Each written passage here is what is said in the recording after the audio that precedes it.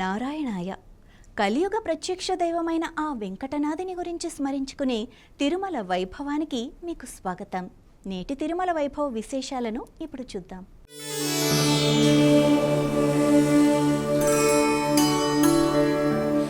తిరుమలకు వెళ్లే ప్రతి భక్తుడికి ఉండే పెద్ద సందేహం, రూమ్ ఎలా తీసుకోవాలి, ఎక్కడికి వెళ్ళాలి, ఏ డాక్యుమెంట్లు కావాలి, ఎంతసేపు వేచి చూడాలి, ఇలాంటి సందేహాలతో చాలామంది భక్తులు ఇబ్బందులు పడుతూ ఉంటారు. అందుకే టీటీడీ భక్తులకు మరింత సులభంగా వసతి గదులు అందించేందుకు ప్రత్యేక విధానాన్ని అమలు చేస్తోంది. మరి సిఆర్ఓలో రిజిస్ట్రేషన్ నుంచి గది తాళాలు తీసుకునే వరకు ప్రతి దశ ఎలా ఉంటుంది, ఎలాంటి నిబంధనలు పాటించాలి, ఒక్కసారి పూర్తిగా తెలుసుకుందాం.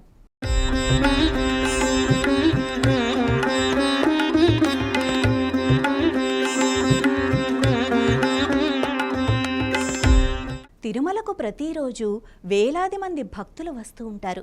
భక్తులకు దర్శనం ఎంత ముఖ్యమో వసతి కూడా అంతే ముఖ్యం. గతంలో అయితే గదుల కోసం గంటల తరబడి క్యూల్లో నిలబడాల్సి వచ్చేది. కానీ ఇప్పుడు భక్తుల సమయాన్ని ఆదా చేసేందుకు టీటీడీ కొత్త విధానాన్ని అమలు చేస్తోంది. దానిలో మొదటి స్టెప్ సిఆర్విఓలో రిజిస్ట్రేషన్. తిరుమలకు చేరుకున్న తర్వాత ముందుగా వెళ్లాల్సిన ప్రదేశం సెంట్రల్ రిసెప్షన్ ఆఫీస్, అంటే సిఆర్విఓ. ఇక్కడ ప్రతిరోజు ఉదయం 5 గంటల నుంచి రిజిస్ట్రేషన్ ప్రారంభమవుతుంది. గదులు అందుబాటులో ఉన్నంత వరకు నమోదు చేసుకునే అవకాశం ఉంటుంది. రిజిస్ట్రేషన్ కోసం ఒరిజినల్ ఆధార్ కార్డ్ లేదా జెరాక్స్ కాపీ, మొబైల్ నెంబర్ తప్పనిసరిగా ఇవ్వాలి. ఆ తర్వాత ఫేస్ రికగ్నైజేషన్ ద్వారా రిజిస్ట్రేషన్ పూర్తి చేస్తారు. రిజిస్ట్రేషన్ పూర్తయిన తర్వాత ఒక అక్నాలెడ్జ్మెంట్ స్లిప్ ఇస్తారు. ఈ స్లిప్ను జాగ్రత్తగా ఉంచుకోవాలి. రిజిస్ట్రేషన్ సమయంలో మీకు 2 గది కేటగిరీలు చూపిస్తారు. మొదటిది ఏ కేటగిరీ, 50 రూపాయలు, 100 రూపాయల గదులు. బి కేటగిరీ 1000 రూపాయల గదులు. మీ అవసరానికి తగ్గట్టు ఒక కేటగిరీని ఎంపిక చేసుకోవచ్చు. అయితే రిజిస్ట్రేషన్ చేసిన వెంటనే గది ఇవ్వరు. మీకు ఇచ్చిన రిజిస్ట్రేషన్ నెంబర్ సిఆర్ఓలో ఉన్న డిజిటల్ డిస్ప్లే బోర్డుపై వచ్చిన తర్వాత 15 నిమిషాల్లో మీ మొబైల్కు SMS వస్తుంది. ఆ SMSలో మీకు ఏ ప్రాంతంలో గది కేటాయించారు, ఏ ఉప విచారణ కార్యాలయానికి వెళ్లాలో పూర్తి వివరాలు ఉంటాయి. ఒకవేళ SMS రాకపోతే కొన్నిసార్లు నెట్వర్క్ సమస్యల వల్ల మెసేజ్ ఆలస్యం అవుతూ ఉంటుంది. అలాంటి సమయంలో ఆందోళన అవసరం లేదు. సిఆర్ఓ వద్ద ఏర్పాటు చేసిన కియోస్క్ మిషన్ వద్దకు వెళ్ళి మీ స్లిప్ను స్కాన్ చేస్తే మీ గది వివరాలు వెంటనే స్క్రీన్పై కనిపిస్తాయి. ఆ తర్వాత మీకు కేటాయించిన ప్రాంతంలోని సబ్ ఎంక్వైరీ ఆఫీస్కు వెళ్ళాలి. అక్కడ గది అద్దెను PhonePe, Google Pay, UPI, debit card, credit card ద్వారా మాత్రమే చెల్లించాలి. నగదు చెల్లింపు అస్సలుండదు. ఆ చెల్లింపు పూర్తయ్యాక మీకు మీ గది తాళాలు అందజేస్తారు. అయితే గది పొందటానికి ప్రతి భక్తుడు తప్పనిసరిగా గుర్తుంచుకోవాల్సిన కొన్ని నియమాలు ఉన్నాయి. 21 సంవత్సరాలు పూర్తయిన వారికి మాత్రమే గదిస్తారు. ఒక్కసారి గది తీసుకున్న వ్యక్తికి మళ్ళీ 30 రోజుల వరకు మరో గది ఇవ్వరు. ఒక కుటుంబం నుంచి ఒక్కరే రిజిస్ట్రేషన్ కోసం క్యూలో నిలబడాలి. ఒంటరిగా వచ్చిన వ్యక్తులకు లేదా అవివాహితులకు గదులు కేటాయించరు. అయితే ఆ గదిని మీరు 24 గంటల పాటు మాత్రమే ఉపయోగించుకోగలరు. 24 గంటలు దాటితే అదనపు ఛార్జీలు పడతాయి. 48 గంటలు దాటితే మరింత ఎక్కువ మొత్తాన్ని చెల్లించాల్సి ఉంటుంది. కాబట్టి సమయానికి గది ఖాళీ చేయటం మంచిది. ఇక భక్తులు తప్పనిసరిగా పాటించాల్సిన నియమాలు: గదిలో నీరు, విద్యుత్ వృధా చేయకూడదు. తిరుమలలో ప్లాస్టిక్ వాటర్ బాటిళ్లు ఉపయోగించకూడదు. జగ్గులు, నీటి గ్లాసులను మాత్రమే ఉపయోగించాలి. తడి చెత్త, పొడి చెత్త వేర్వేరుగా వేయాలి. గదిని శుభ్రంగా ఉంచటం ప్రతి భక్తుడి బాధ్యత. ఇక ఇక్కడ మరొక ముఖ్యమైన విషయం, గది ఎవరి పేరుతో తీసుకుంటారో అదే వ్యక్తి గది ఖాళీ చేయాలి. లేకపోతే కాషన్ డిపాజిట్ తిరిగి రాకపోవచ్చు. అలాగే మీకు కేటాయించిన గదిని వేరే వ్యక్తికి ఇవ్వటం పూర్తిగా నిషేధం. అలా చేస్తే టీటీడీ కఠిన చర్యలు తీసుకునే అవకాశం ఉంటుంది. టీటీడీ ఈ కొత్త విధానాన్ని భక్తులు గంటల తరబడి క్యూలో నిలబడకుండా, అనవసరంగా తిరగకుండా, సులభంగా, పారదర్శకంగా, త్వరగా గదులు పొందేలా రూపొందించింది. ఇలా చేయటం వల్ల సమయం ఆదా అవుతుంది, రద్దీ తగ్గుతుంది, భక్తులకు మరింత మెరుగైన సేవలు అందుతాయి. మొత్తానికి తిరుమలలో గది పొందటం ఇప్పుడు గతంతో పోలిస్తే చాలా సులభం. ముందుగా సిఆర్ఓలో రిజిస్ట్రేషన్ చేసుకొని డిస్ప్లే బోర్డు లేదా SMS ద్వారా సమాచారం తెలుసుకొని మీకు కేటాయించిన ఉప విచారణ కార్యాలయంలో చెల్లింపు పూర్తి చేస్తే సులభంగా వసతి గదిని పొందవచ్చు. తిరుమలకు వెళ్లే ప్రతి భక్తుడు ఈ విధానాన్ని ముందుగానే తెలుసుకుంటే అనవసర ఇబ్బందులు, సమయ నష్టం లేకుండా ప్రశాంతంగా శ్రీవారి దర్శనం చేసుకోవచ్చు.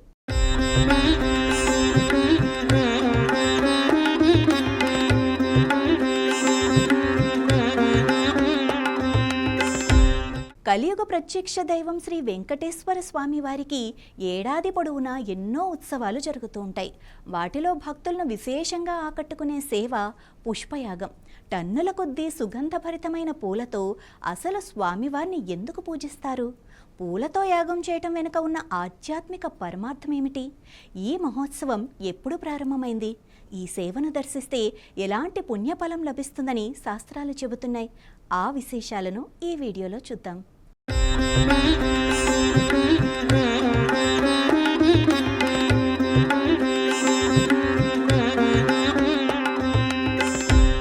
తిరుమలలో శ్రీ వెంకటేశ్వర స్వామి వారికి ఏడాది పొడుగునా ఎన్నో సేవలు, ఉత్సవాలు అత్యంత వైభవంగా జరుగుతూ ఉంటాయి.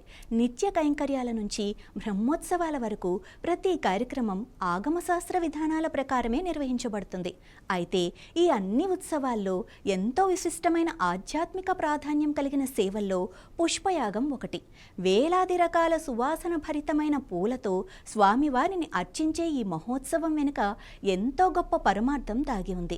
హిందూ సాంప్రదాయంలో పుష్పం అంటే పవిత్రతకు, నిర్మలమైన భక్తికి, దైవారాధనకు ప్రతీకగా భావిస్తారు. పూల పరిమళం మనసులోని స్వచ్ఛతను సూచిస్తే వాటి సున్నితత్వం వినయానికి ప్రతిరూపంగా భావిస్తారు. అందుకే దేవతలకు పూలతో పూజ చేయటం అనేది అనాదిగా వస్తున్న సనాతన సాంప్రదాయం. అయితే తిరుమలలో నిర్వహించే పుష్పయాగం కేవలం పూల అలంకరణ మాత్రమే కాదు, అది ఆగమశాస్త్రం నిర్దేశించిన ఒక మహాప్రాయశ్చిత యాగం. శ్రీ వెంకటేశ్వర స్వామి వారికి ఏడాది పొడవునా నిత్య పూజలు, ఆర్జిత సేవలు, వారోత్సవాలు, పక్షోత్సవాలు, మాసోత్సవాలు, వార్షిక బ్రహ్మోత్సవాలు వంటి అనేక ఆధ్యాత్మిక కార్యక్రమాలు జరుగుతూ ఉంటాయి. ఈ సేవల నిర్వహణలో తెలియక జరిగిన చిన్న చిన్న లోపాలు, మంత్రోచ్చారణలో ఏవైనా దోషాలు, ఆగమ విధానాల్లో అనుకోకుండా ఏర్పడిన స్వల్ప తప్పిదాలు అన్నింటికీ ప్రాయశ్చిత్తంగా భగవంతుని క్షమాపణ కోరుతూ పుష్పయాగాన్ని నిర్వహించడం ఆనవాయితీగా వస్తోంది. ఆగమశాస్త్రాల ప్రకారం ఈ యాగం నిర్వహించడం ద్వారా ఆ లోపాలన్నీ పరిహారమవుతాయని భక్తుల విశ్వాసం. ప్రతి సంవత్సరం శ్రీవారి సాలకట్ల బ్రహ్మోత్సవాలు ముగిసిన అనంతరం కార్తీక మాసంలో శ్రవణ నక్షత్రం రోజున పుష్పయాగాన్ని నిర్వహిస్తారు. బ్రహ్మోత్సవాలు అత్యంత వైభవంగా జరిగిన తర్వాత ఆ మహోత్సవాల్లో తెలియక ఏవైనా లోపాలు జరిగి ఉంటే వాటికి పరిహారంగా ఈ సేవను నిర్వహించడం అనేది ఎన్నో శతాబ్దాలుగా కొనసాగుతున్న సాంప్రదాయం. గతంలో ఈ ఉత్సవం కొన్ని సంవత్సరాలు నిలిచిపోయినా 1980 సంవత్సరంలో తిరిగి పునరుద్ధరించి అప్పటి నుంచి ప్రతి ఏడాది వైభవంగా నిర్వహిస్తున్నారు. పుష్పయాగం రోజున శ్రీ మలయప్ప స్వామివారు శ్రీదేవి, భూదేవి సమేతంగా ప్రత్యేకంగా అలంకరించబడి రంగనాయకుల మండపానికి విచ్చేస్తారు. వేద పండితులు వేద మంత్రాలు, పంచసూక్తాలు, దివ్య ప్రబంధ పారాయణాల మధ్య శాస్త్రోక్తంగా పూజలు నిర్వహిస్తారు. అనంతరం గులాబీలు, మల్లెలు, సంపంగి, చామంతులు, తామరలు, కనకాంబరం, తులసి వంటి అనేక రకాల సుగంధ పుష్పాలతో స్వామివారికి పదే పదే అర్చన చేస్తారు. ఒక్కసారి కాదు, అనేక దఫాలుగా పూలను సమర్పిస్తూ స్వామివారిని పూర్తిగా పూలతో కప్పివేస్తారు. ఆ సమయంలో స్వామివారు పుష్పరాశి మధ్యలో దర్శనమివ్వటం భక్తులకు అపూర్వమైన ఆధ్యాత్మిక అనుభూతిని కలిగిస్తుంది. పుష్పయాగంలో ఉపయోగించే ప్రతి పువ్వుకు కూడా ప్రత్యేకమైన ఆధ్యాత్మిక భావం ఉంది.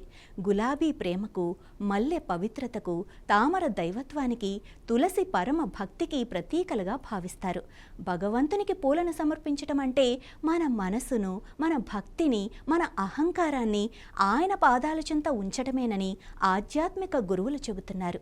పురాణాల ప్రకారం పుష్పయాగాన్ని భక్తి శ్రద్ధలతో దర్శించిన వారికి పాప పరిహారం కలుగుతుందని, కుటుంబంలో శాంతి, ఐశ్వర్యం పెరుగుతాయని, ఆరోగ్యం, ఆనందం, సంతాన సౌభాగ్యం లభిస్తాయన్న నమ్మకం మనసులోని కోరికలను భక్తితో స్వామివారికి సమర్పిస్తే ఆయన అనుగ్రహం లభిస్తుందని భక్తులు నమ్ముతారు. నిజానికి పుష్పయాగం మనకు ఒక గొప్ప జీవిత సందేశాన్ని కూడా అందిస్తుంది. పూలు ఎంత స్వచ్ఛంగా, సువాసనతో ఉంటాయో అలాగే మన హృదయం కూడా పవిత్రంగా ఉండాలని, అహంకారం, కోపం, అసూయ, ద్వేషం వంటి దుర్గుణాలను విడిచిపెట్టి భక్తి, వినయం, ప్రేమతో భగవంతుని ఆరాధించాలని ఈ మహోత్సవం బోధిస్తోంది. అందుకే తిరుమలలో జరిగే పుష్పయాగం కేవలం ఒక ఉత్సవం మాత్రమే కాదు, భక్తి, వినయం, ప్రాయశ్చిత్తం, దైవానుగ్రహం అనే 4 గొప్ప విలువలను చాటి చెప్పే పవిత్ర ఆధ్యాత్మిక మహాయజ్ఞంగా యుగ యుగాలుగా కొనసాగుతోంది.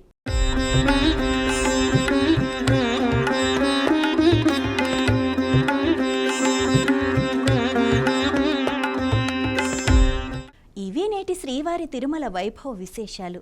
ఓం నారాయణాయ.